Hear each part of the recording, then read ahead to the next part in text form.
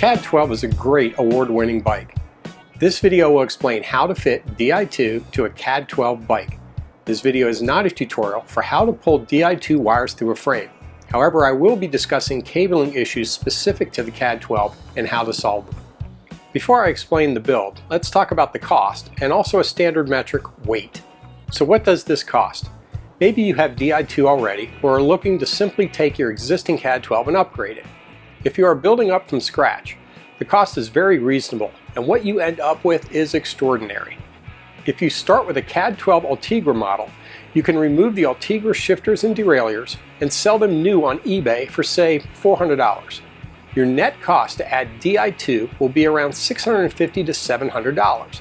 That's not a bad price considering you will end up with a brand new award-winning race bike with Di2 for only $2,850.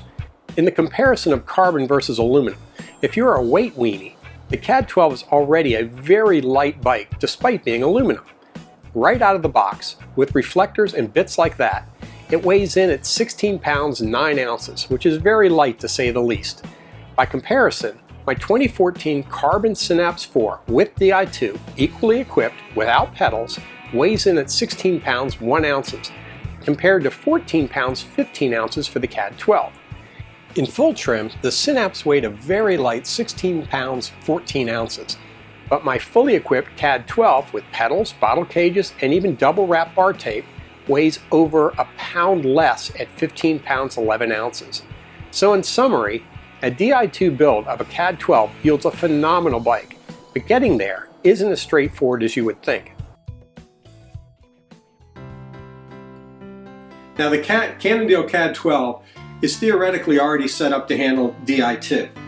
For example, there's a hole here in the down tube for a Di2 cable, and there's a hole here in the C tube for the exit of the front derailleur cable. However, they don't include the necessary grommets and adapters you're going to need in order to build out this bike properly for Di2. To install Di2 on a Cannondale CAAD12, you're going to need the following items. You're going to need Di2 shifters, you're going to need a Di2 internal battery, and you're also going to need front and rear derailleurs. You'll also need an internal junction, and you'll need a cockpit junction that goes underneath the stem. And then finally, if you want to have any of the Di2 report back to your head unit, such as a Garmin computer, you need a wireless unit. Note that for the wireless unit, it's usually located on the seat stay in the rear of the bike. However, in our build, we're going to put the wireless unit inside the down tube in the front of the bike. It works just fine there and it keeps it out of the way, hidden, and makes for a cleaner install. Next, we have the wiring. All the sizes I'm about to describe are based on a 50 centimeter frame. If you have a bigger frame, you need to take that into account. Now bear in mind, most of these sizes will allow for quite a lot of slack. I typically like to add at least 50 to 100 millimeters of slack to make it easier to connect the junctions inside the frame. For the shifters, based on a 400 to 420 millimeter bar, you'll need a length of approximately 350 millimeters. The cable from the cockpit junction to the wireless unit should be around 350 millimeters. If you're not using the wireless unit and you're going straight from the cockpit junction to the internal junction, then you should use a wire that's a minimum of 950 millimeters to give you slack at the bottom bracket for connecting the other wires. The down tube wire should be around 700 to 750 millimeters if you're using the wireless sensor. Otherwise, it needs to be at least 950 millimeters long to reach from the inner junction to the cockpit junction. The battery cable should be long enough that you can extract the seat post without losing the battery wire down inside the seat post tube. Approximately 850 millimeters is required on a 50 centimeter frame. The front derailleur wire should be a minimum of 400 millimeters and ideally 450 millimeters. The cable on the rear derailleur needs to be approximately 700 to 750 millimeters, again basing this on a 50 centimeter frame. Now in addition to these basic components, you're also going to need some grommets. I'll go into more detail on the grommets, but basically you're going to need some Shimano grommets and some Cannondale grommets in order to complete the wiring installation. And finally, you're going to need some plugs to close up the holes left over from the shifter wires and also the hole that will be left in the bottom bracket. In addition to all these bits, you're also going to need some way to hold that Di2 battery inside your seat post. You either have a Di2 specific seat post or you need to get some sort of a sleeve or adapter to hold the Di2 battery inside your seat post.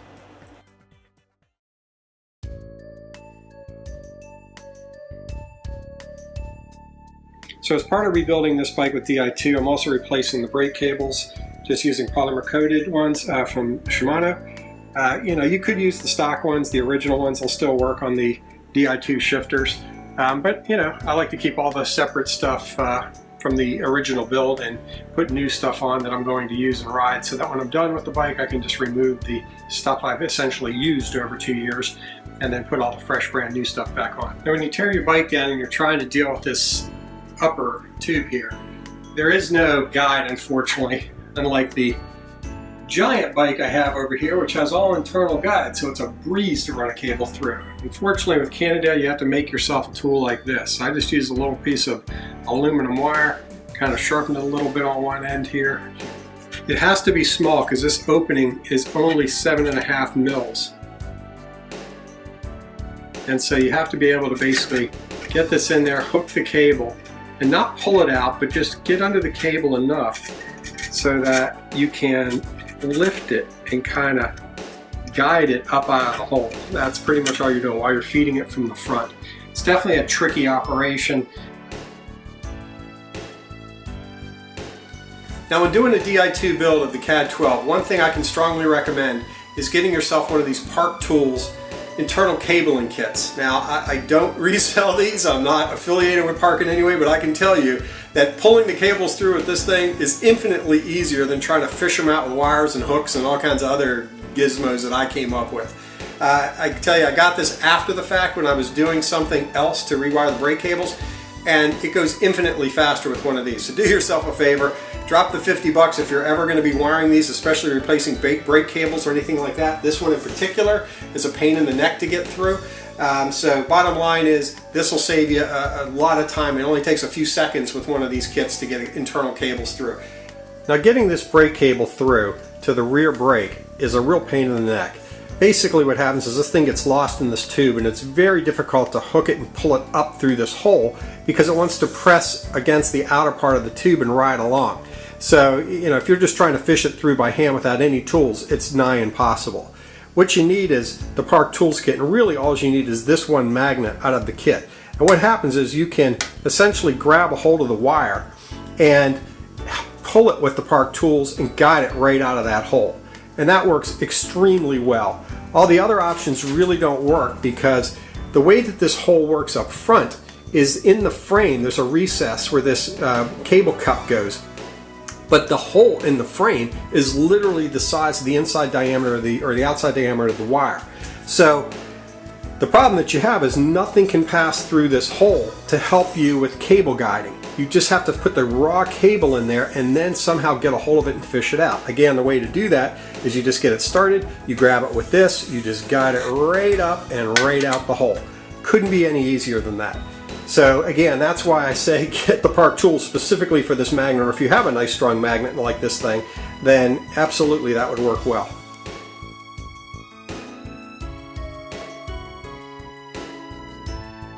When you begin, the first thing you should do is remove your crankset. You're going to need to have access inside the frame here, and this is where you're going to stuff the internal junction. I did a separate video on how to remove Cannondale sisal cranks, so I would suggest watching that first.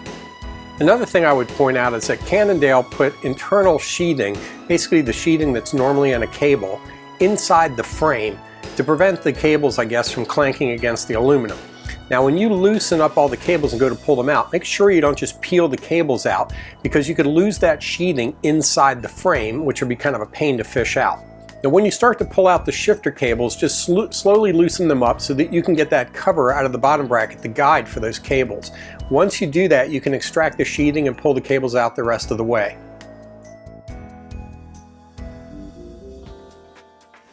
There are plenty of videos online about how to do internal wiring and all the tips and tricks specific to internal wiring, so I'm just going to talk about the one specific to this bike. One of the problem areas is back here in the rear derailleur. The cable for the wiring will pass through this outer hole very easily, but this inner hole up inside is very tight. So this connector has a sheathing on it that can easily be torn on that hole, so be very careful about putting it in there. Now note that even with the Park Tools kit, because that hole is so tight, you can't fish the cable through using the Park Tools solution. So my solution was pretty simple. I just stuffed it in the hole and then tilted the whole bike on its end and let gravity basically drop the wire in. Once I got it down here to the bottom bracket, it was easy to reach it from the bottom hole in the bottom bracket and pull the wire back out.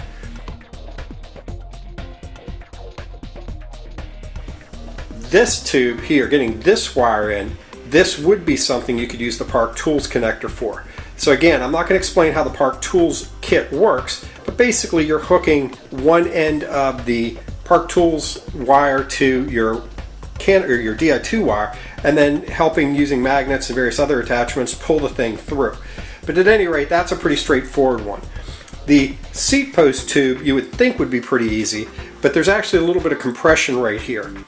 So again, the Park Tools kit will help you with that. Otherwise, anything that you have like a rod of steel or something that can just go straight up through the seat post tube would help you pull that tube out, or pull that wire out.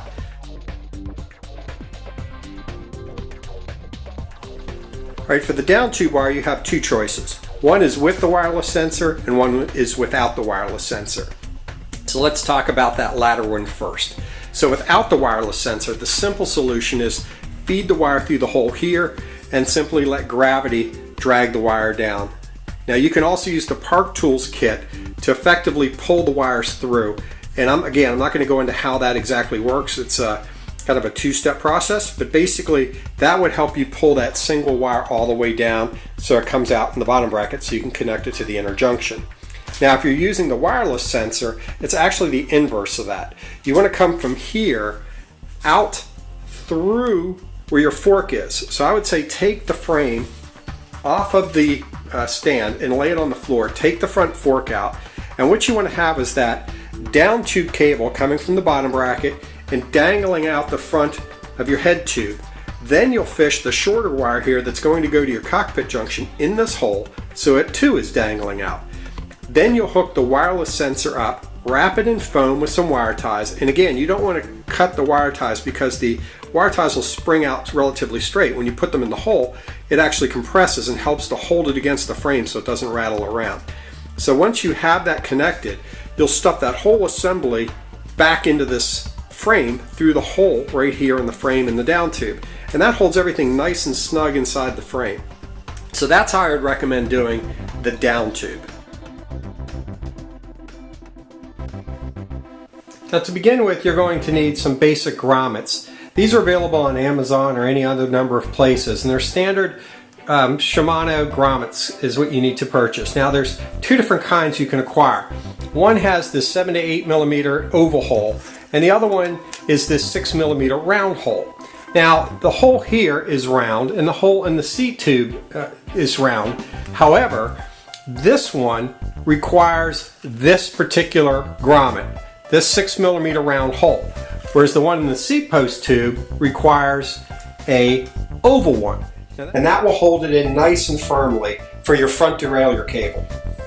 Now in addition to that, you're going to need this small rubber grommet here. Now this rubber grommet actually comes with a Di2 kit for the actual Cannondale Synapse bike, not the Cannondale CAAD12 bike. Now this thing fits in very loosely back here, and it's just meant to act as more of a strain release so this isn't rubbing against this rough edge here. So here's the Cannondale Synapse kit. It comes with two frame plugs, bottom bracket cap, and this rear derailleur cable plug. Bear in mind that only this will work.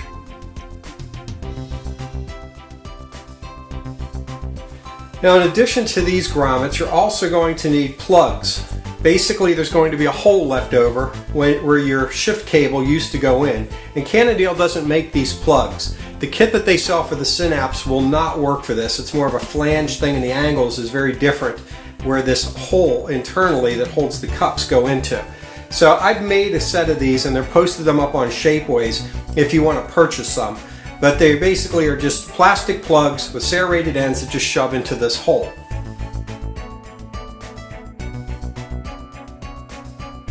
Now the last piece of this puzzle is the hole in the bottom bracket. Now the stock Cannondale Synapse cover is obviously not going to work. It's just a little thin wafer, and honestly what I found was that water could seep around the edges because there's no lip on this thing. So what I did was I came up with my own, cap for this thing that I designed, and it has a ridge on it to prevent water from seeping up into the bottom bracket. And the way that this works is pretty straightforward. You just essentially hook it on one end of it and snap it in, and that's it. And that'll plug up the hole. Now you can use tape or any other mechanism you can come up with yourself to do this. I made this so that other people who are building Di2 on their CAAD12 can basically just buy this part off of Shapeways and be done with it. But at any rate, you got to cover up that hole to prevent water from seeping up inside your bottom bracket.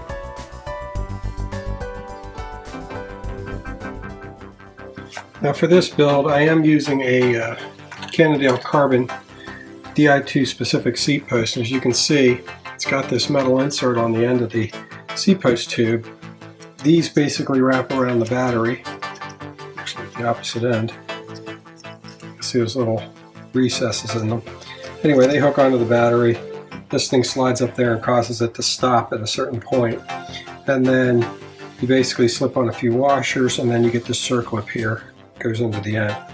Now that's one alternative. If you don't have a Di2 specific seat post, I made these these clamps, if you want to call them that, more like sleeves, that pop around the battery in a similar way. Put it on there and you latch on tight, and you just cram this thing up into the bottom of the seat post tube and it wedges in. And you need a pair of pliers to grip on this part to pull it back out. So that's what I was riding all last year on my Synapse, because I had an FSA carbon seat post that was not Di2 specific. So I just used one of these. That's how you get the battery up into the seat post. Either a Di2 specific seat post or use something like this.